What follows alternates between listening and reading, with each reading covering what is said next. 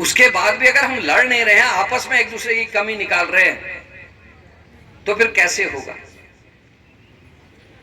ये जिम्मेदारी मंच पर बैठे हुए लोगों की ज्यादा है। हम लकीरें खींचना छोड़े तो कार्यकर्ता भी लकीरें खींचना छोड़ देगा, ये मेरा मानना है। उत्तराखंड कांग्रेस के अध्यक्ष करण महरा ने एक तीर से कई निशाने साधे और नई लकीर खींचने की कोशिश भी की। वो लकीर जो मिट नहीं रही, वो लकीर जिसे जितना मिटाया जा रहा है वो उतनी ही लंबी हो रही है, वो लकीर जिसने कांग्रेस को अंदर से खोखला कर दिया है, वो लकीर जिसने कांग्रेस की परेशानियां बढ़ा दी हैं, और वो लकीर है कांग्रेस की गुटबाजी। जब तक हम सम्मान का व्यवहार नहीं करेंगे, जब तक हम पार्टी को सर्वोच्च नहीं रखेंगे, तब तक कभी भला नहीं हो सकता। कौन हारता है जी? प्रदीप टम्टा हार गए। आज इतने साल हो गए इंदिरा आवासों को बंद हुए, कितने आंदोलन हो गए बताओ? किसके लिए थे इंदिरा आवास? गरीबों के लिए थे ना।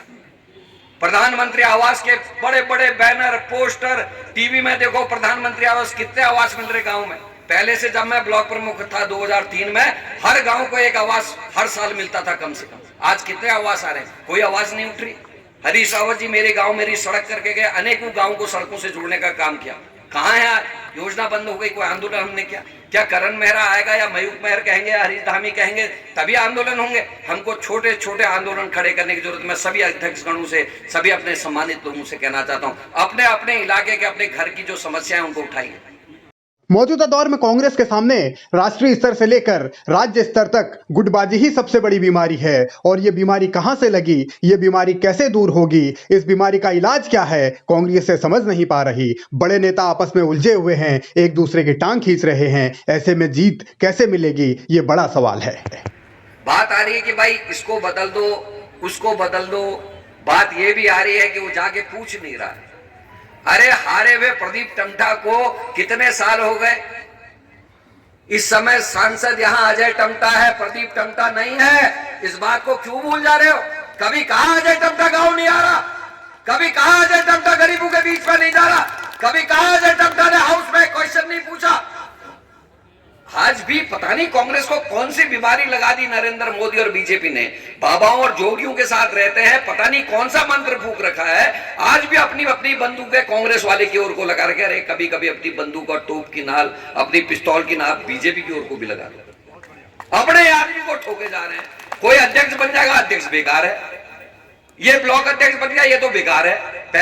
करण महरा ने जो बातें कही हैं वो कांग्रेस की अंदरूनी राजनीति का कड़वा सच हैं। वही कड़वा सच जिसका घूंट कांग्रेस ने 2017 में भी पिया, 2022 में भी पिया, अब 24 आ रहा है तो उससे पहले एक बार फिर सियासत गर्म है। कड़वा घूंट कौन पिएगा, कैसे पिएगा, अब हिसाब इसका लगाया जा रहा है। इसीलिए ये जवाब करण का प्रीतम सिंह के खेमे को सीधा सीधा माना जा रहा है।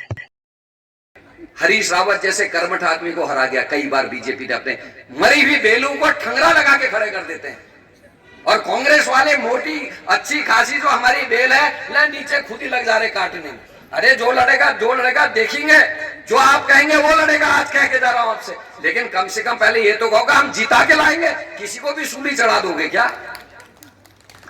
जिताने का दम नहीं है। जिंदाबाद जिंदाबाद। अरे जिंदाबाद से अगर जीतते तो 1952 से जिंदाबादी हो रही।